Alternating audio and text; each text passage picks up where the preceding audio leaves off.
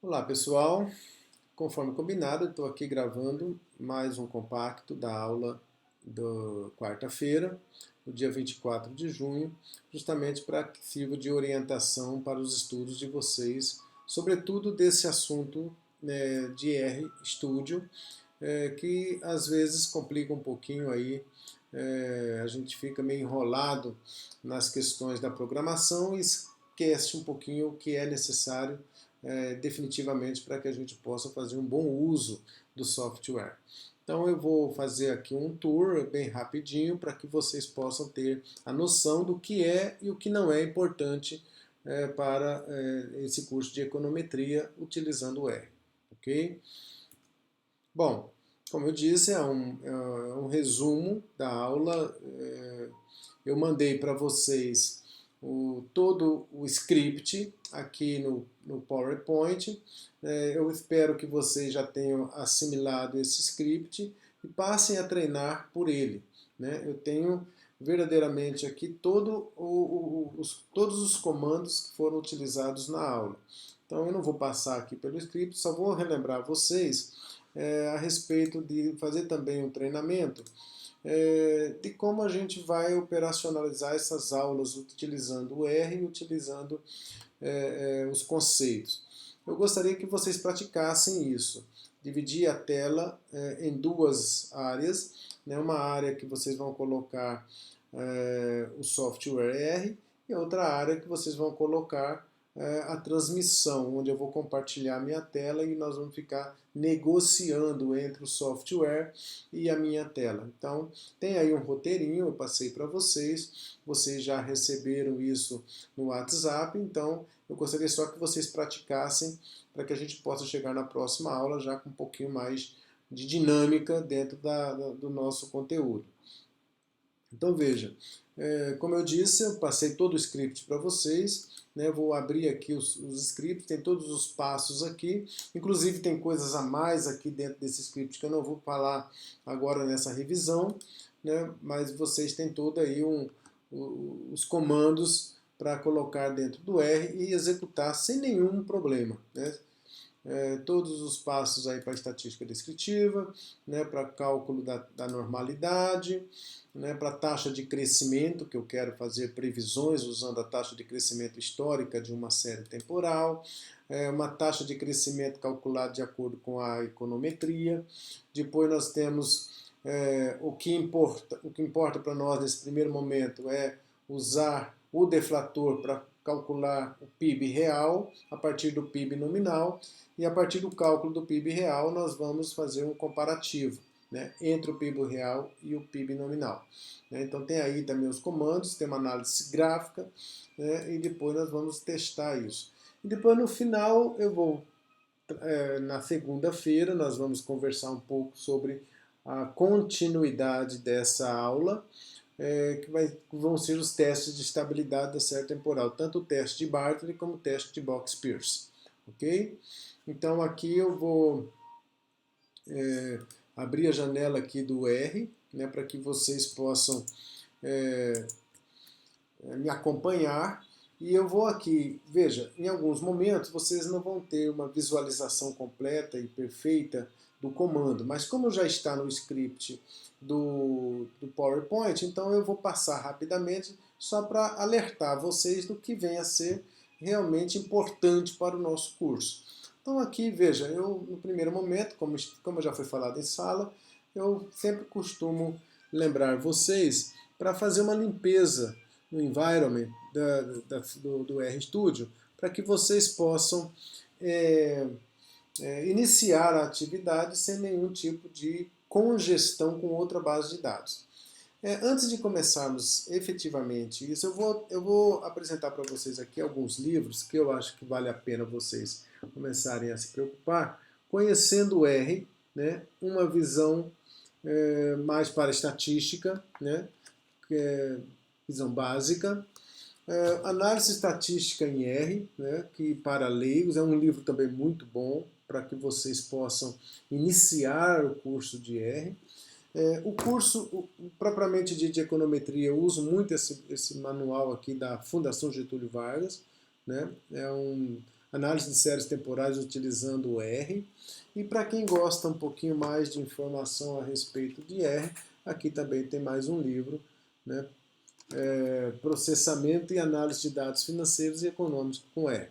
Quem quiser um pouquinho mais de profundidade, eu sugiro esse material aqui, né, R para Ciência dos Dados. Esse aqui realmente é a Bíblia, inclusive para quem quer usar aí o ggplot, quem quer avançar um pouquinho mais na apresentação dos gráficos. Então fica aí uma boa referência, está no nosso manual aí, nosso programa, vocês podem consultar. Bom, como eu disse, a primeira coisa que a gente faz é fazer uma limpeza aí no environment para que vocês possam trabalhar de forma bastante objetiva. Observe que a primeira janela eu vou montar o script. No console nós vamos ter o resultado do script a partir da tecla Run e depois o registro aqui no environment, onde vocês vão ter toda a base de dados, todas as variáveis criadas, onde aqui tem uma coleção de objetos e aqui a gente vai soltar os gráficos, que é a quarta janelinha aí, ok? Então, passando rapidamente, eu vou chamar a atenção para vocês aqui, para os comandos que a gente vai utilizar, né? O primeiro comando é para definir aí, para fugir daquela nomenclatura de exponencial, aquela nomenclatura que quando você tem um bocado de números, ele compacta e escreve exponencialmente. Então, eu tiro isso fazendo essa opção. Depois, aqui, quando eu quero fazer um print muito grande na minha tela, geralmente ele compacta, mas daqui quando eu faço essa opção, ele abre e coloca toda a base de dados na tela. Né? Bom, fixando aqui que a gente chama de setar o diretório, né, onde eu depositei a minha base de dados e é onde eu quero que o resultado da minha estimação saia guardado, registrado. Então, ali no setwd, nós vamos guardar e vamos buscar as informações. Então, eu também já falei isso para vocês. Né? Aqui está a base de dados, né, onde a gente vai trazer aquela base que eu deixei para vocês, PIB acumulado 12 meses, né, em TXT, e aí está à disposição da base de dados. Ok? Então ela apareceu aqui embaixo, está tudo ok, tudo bacana, tudo legal. Né? Então a gente já pode começar nosso trabalho. Essa primeira parte sempre é um pouco mais traumática, mas vale a pena você seguir aí o roteiro que vai dar tudo certo. Né? Eu vou também depositar para vocês 2 tutoriais de R para que vocês possam, em alguma dificuldade, também praticar. Vamos lá. Eu defini aqui, para facilitar aqui nesse primeiro momento, substituindo o nome de PIB acumulado 12 meses por PIB, né? Defini aí names, PIB acumulado 12, setinha, tracinho, C, PIB, então eu tenho aí uma nova denominação, vai ser PIB. Quantas observações eu tenho? 244. Eu tenho aí as últimas observações e as primeiras observações da minha série.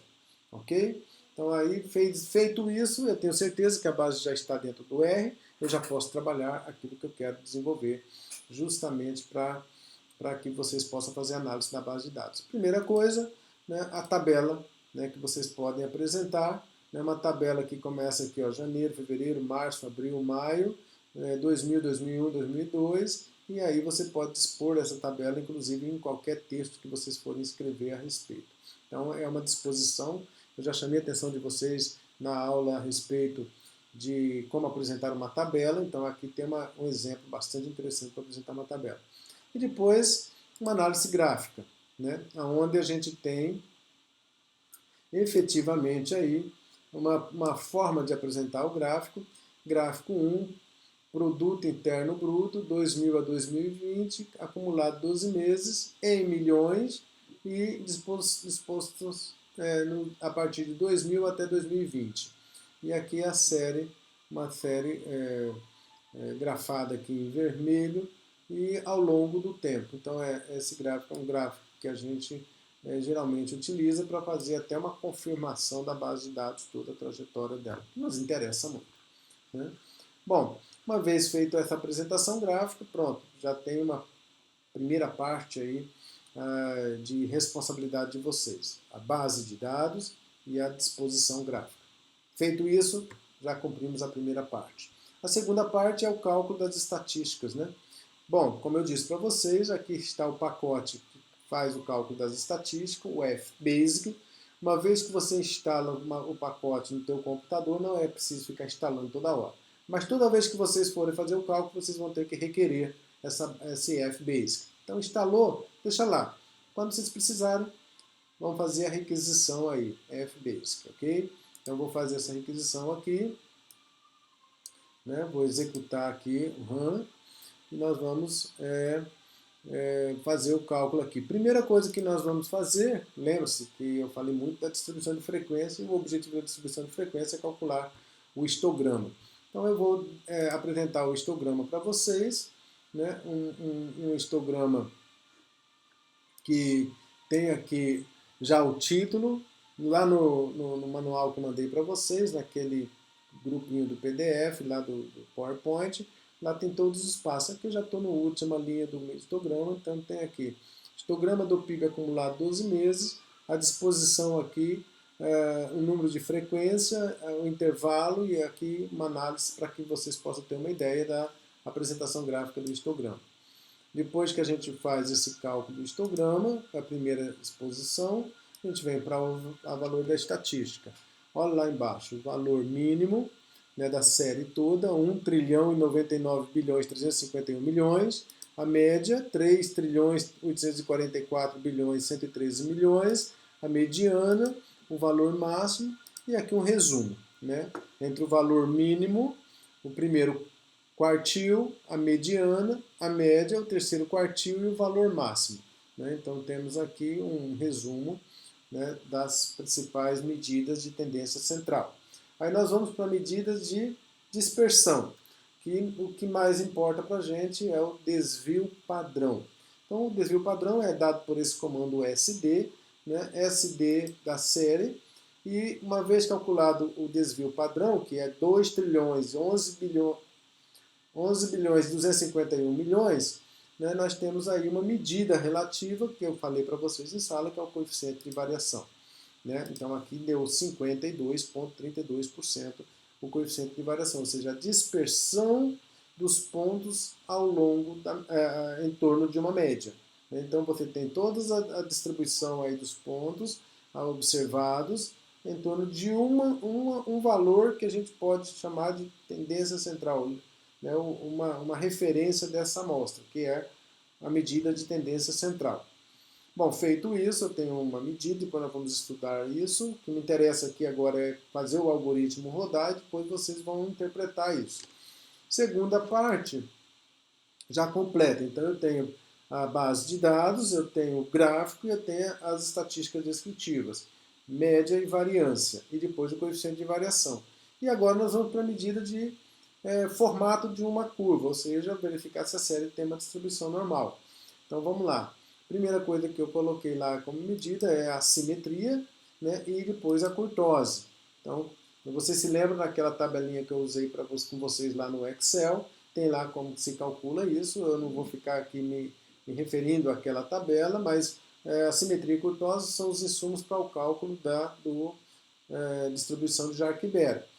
Então, veja lá, só para efeito de resgatar, eu chamei aqui o histograma novamente, e agora eu coloquei uma linha representativa só para mostrar para vocês, né, como que está o formato dessa distribuição. Vocês podem aí observar que nós temos uma distribuição bimodal aqui. Eu tenho 2 pontos levantados aqui, ó. Então ela não assemelha mesmo, nem visualmente, com uma distribuição normal. E para confirmar isso, nós vamos para o teste de Jarque-Bera, né, o teste da normalidade, que é exatamente dado também pelaquela estatística F-Basic, eu vou ter a estatística de Jarque-Bera. Então está aqui o resultado, né? Nós vamos discutir isso aqui mais intensamente, onde aqui tem o valor calculado, o valor de 21,9033, né? E aqui a probabilidade de aceitar a hipótese nula. Nós vamos discutir isso com mais profundidade nas próximas aulas, mas lembre-se que eu preciso realmente calcular aqui o Jarque-Bera teste dessa série.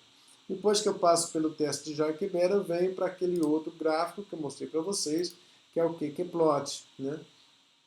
Onde a gente tem ali a distribuição normal seria pretendida passar por cima dessa linha vermelha que vocês estão enxergando aí.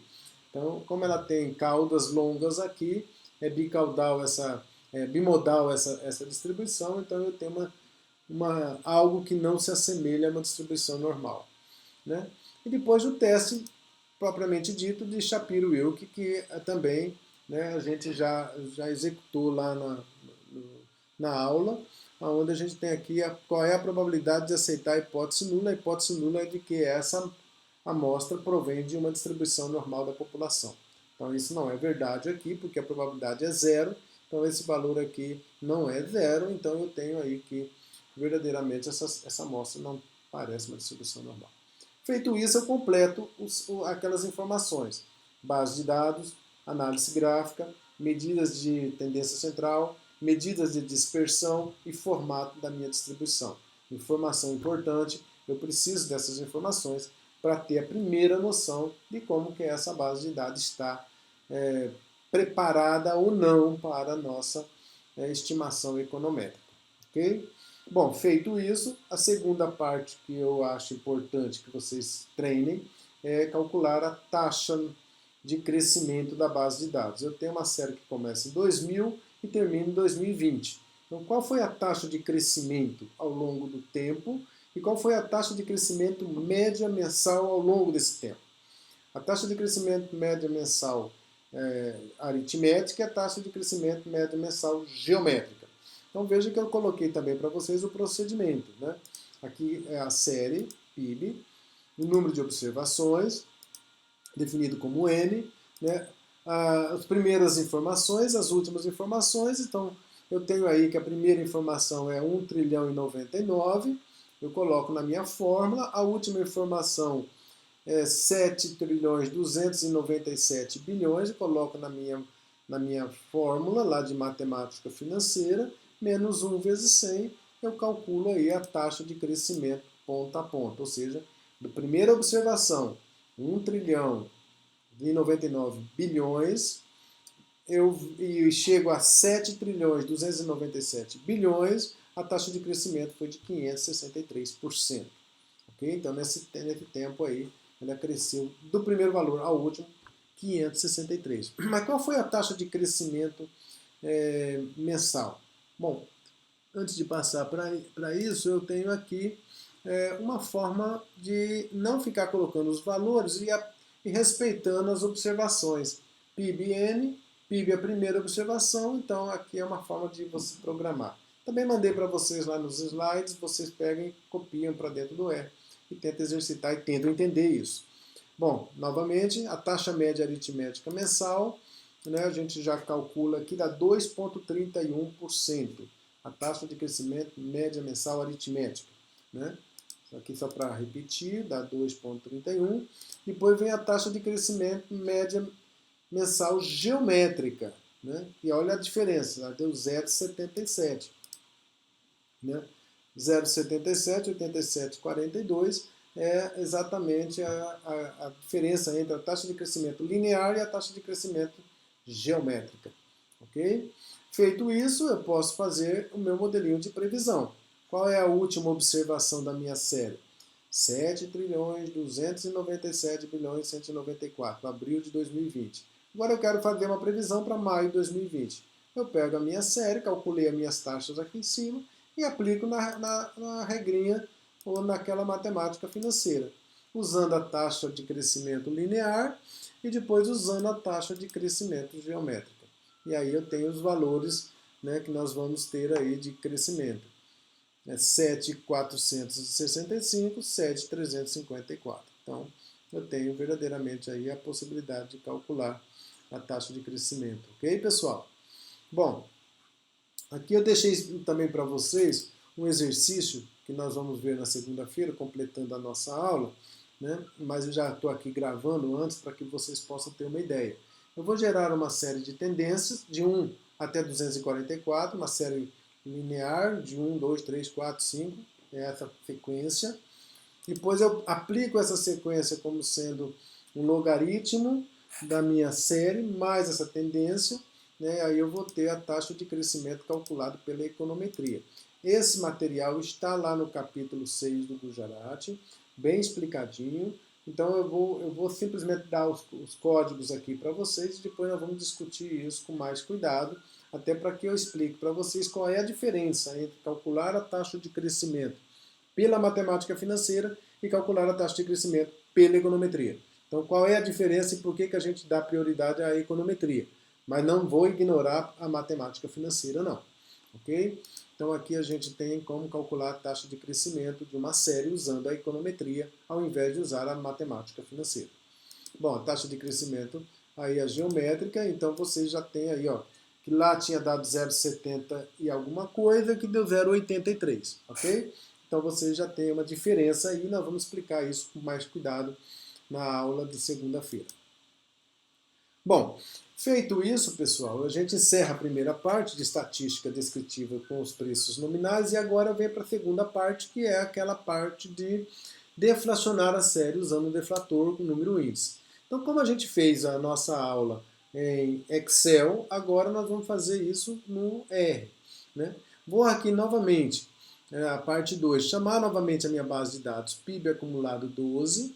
Obviamente eu estou fazendo isso aqui por uma questão didática, mas não necessariamente eu preciso fazer isso. Eu posso pegar a base de dados já lá. Mas só que eu vou fazer dessa forma para poder facilitar um pouco a reflexão de vocês. Chamei novamente o PIB acumulado 12 meses, né? Coloquei na tela, né? E transformei em séries temporais. Aí depois eu vou lá e busco o IPCA, que eu já tinha depositado para vocês. Então eu vou lá e busco o IPCA e também trago para a tela o IPCA, olha aí, já em número índice, transformado aquele número índice, colocando 100 na última observação, para facilitar a minha vida, não vou ficar fazendo aqueles cálculos todos, porque eu já fiz lá no Excel, simplesmente eu trouxe para cá a base de dados. Então eu estou fazendo aqui novamente, só para recuperar para vocês. E aí transformo ela em séries temporais, do mesmo jeito que eu transformei o PIB, eu estou transformando em IPCA, transformando em séries temporais. E aí eu faço um gráfico, simplesmente para curiosidade, só para ter uma ideia, um gráfico também do PIB, só para efeito também de verificar se está tudo direitinho, né? E obviamente aqui depois vocês vão melhorar esse gráfico, vão colocar título nesse gráfico, vão fazer aquele formato para a apresentação final do professor. Eu uso esse gráfico muito simples aqui, vocês podem usar o ggplot, quem já tem habilidade, quem não tem pode usar desse mesmo procedimento aqui, o que me interessa aqui é o resultado, ok? Eu não estou muito preocupado aí com a perfumaria do meu modelo, estou preocupado com o meu modelo, ok? Bom, aí vamos para calcular o PIB real, o que a gente fazia lá? Valor nominal dividido pelo índice vezes 100. Olha aqui, ó. PIB acumulado, 12 meses nominal, dividido pelo IPCA já transformado em número índice e transformado para a última observação igual a 100, vezes 100, eu tenho lá uma série de PIB real, que é essa daqui. Então aqui eu estou trazendo os preços lá de trás para cá. Faço um gráfico dessa série, pode ver que a disposição gráfica dela é um pouquinho diferente, né, do PIB nominal, ali lá como que já está mais bacaninha, ele já tem aqui uma queda muito violenta em 2015, porque no fundo, o valor nominal, a gente não consegue identificar isso, mas no valor real a gente consegue identificar isso. E aqui já é uma recuperação da economia. Né? Então, nós vamos comparar essa série, vamos fazer aqui, transformá-lo também em série temporal, vamos também colocar aqui os valores que nós fizemos lá atrás, os valores estatísticos, a média, a mediana, né, o valor máximo. Pode ver que os valores agora já são bem diferentes dos valores que a gente tinha em termos nominais, o desvio padrão e o coeficiente de variação, que aqui sim é o que me interessa. Quanto era o coeficiente de variação em termos nominais? Quanto é o coeficiente de variação em termos reais? Qual é a diferença? E por que me interessa mais o coeficiente de variação real? Vocês vão ficar aí para poder depois discutir comigo. Veja que eu tenho dois valores completamente distintos, mas já dá uma noção para mim de como que essa base de dados do valor nominal e valor real tem diferença e elas são importantes para nós. Ok? Bom, vou fazer os mesmos cálculos da estatística descritiva, vocês vão fazer uma comparação, entender qual é a diferença de um para outro, explicar isso para mim, né? E depois até apresentar aqui ó, uma linha média que eu posso colocar aí no meu gráfico, essa line aqui, onde tem o valor médio do PIB real, você pode colocar para poder ilustrar o gráfico como é que está essa série. Se essa série tem característica de série estacionária ou se essa série não tem característica de série estacionária, é simplesmente eu verificar a média. Né? Nós vamos trabalhar isso um pouquinho mais adiante, tá ok, pessoal? Bom, vamos lá. Para análise comparativa, eu posso fazer dessa forma. Eu coloco as duas séries, PIB acumulado 12 meses, mais o PIB real, CBID, aí eu chamo de atividade, chamo essa série atividade, as duas séries, uma ao lado da outra, e faço um plot. Observe que quando eu faço um plot dessa série, né, deixa eu ver se eu consigo ampliar aqui para vocês verem. Ver se eu consigo ampliar aqui.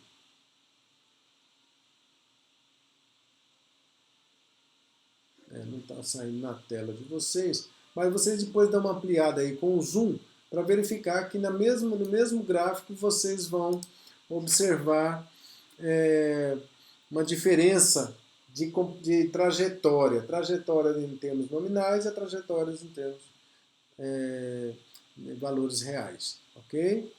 Então, tem aqui uma forma de mostrar isso graficamente. Depois tem uma forma comparativa, que eu acho que é o mais importante.